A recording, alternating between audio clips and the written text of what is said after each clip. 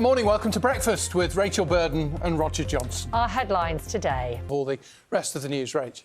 Yeah, let's tell you about this EU summit that's taking place over the next day or two. The Prime Minister, Sir Keir Starmer, is promising a strengthened Up late to watch Eurovision. You did. little bit later than I should have done, Yeah. for sure. Well, I'm afraid I didn't. So I'm going to enjoy watching this as much as anybody. If you didn't stay up to catch up on exactly what happened.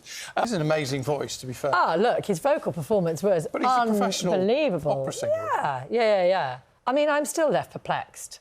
The whole thing leaves me completely perplexed.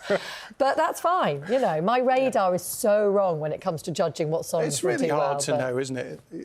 It was fun. It was fun, yeah. I don't know if Louise stayed up late to watch Eurovision. I bet he didn't. Far too sensible. No, I didn't. I watched a lot of...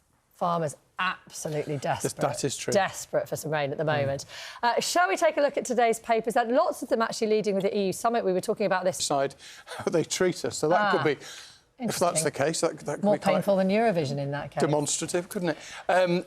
We're going to talk to the Green Party in about an hour about that and other things as well. Now, Louise said she was watching the sport, plenty of sport to get stuck into yesterday, not least the FA Cup. Well, I tell you what, history was made, wasn't it, at Wembley with Crystal Palace lifting their first ever trophy, and they were not the favourites. Manchester City were by far the... And all eyes and lots of the papers this morning talking about this EU summit tomorrow. Yes, potentially a shift in the relationship between the EU and the UK. The Prime Minister, Sir Keir Starmer, is promising a strengthened partnership with the European Union, full and as bonkers as ever.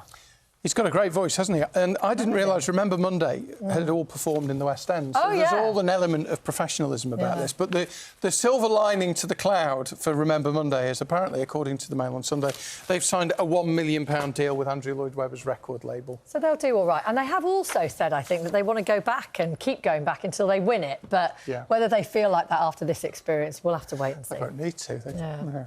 No. Right, let's have a look at the weather. Louise is with us this morning. 17 minutes past 7. That's a beautiful morning in Edinburgh. Speak to you later. Now, senior NHS leaders say they are in uncharted territory as they spell out the financial challenges facing the health service in England. Bosses at some NHS hospitals say they are having to make savings worth hundreds of millions of pounds. Now, this comes after an analysis of NHS finances seen exclusively by the BBC, which reveals that some trusts fear that they may not be able to pay staff wages. Here's our help. Now, bereaved parents are calling for tighter rules for young new drivers in an effort to reduce the number of people killed or seriously injured on our roads. It's a story we've covered a number of times on the programme. We're going to talk about Will Radford. Will passed his test 3 months after his 17th birthday, but he died last year after losing control of his car. And now Will's mum is highlighting and campaigning to stop new teenage drivers being able to carry young passengers in their first 6 months. As Lucinda Adam reports to you, there's another story. And you've just had... It wasn't that story we just heard, but you were just telling us that recently another mum has joined your group. Yeah, her son... On BBC One. But, Crystal, thanks, as always, for talking to us today. Thank you.